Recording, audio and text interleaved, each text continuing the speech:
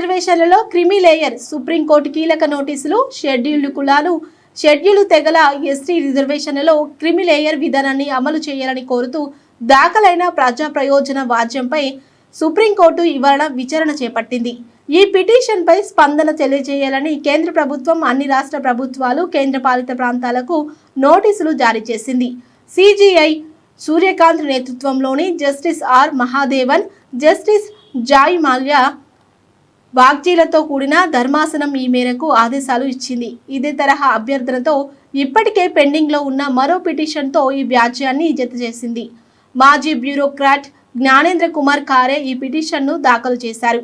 SC ST రిజర్వేషన్లలో క్రిమిలేయర్ను అమలు చేయకపోవడం ఏకపక్షమని, రాజ్యాంగ విరుద్ధమని, రాజ్యాంగ మౌలిక స్వరూపాన్ని ఉల్లంఘించడమేనని ఆయన తన పిటిషన్లో పేర్కొన్నారు.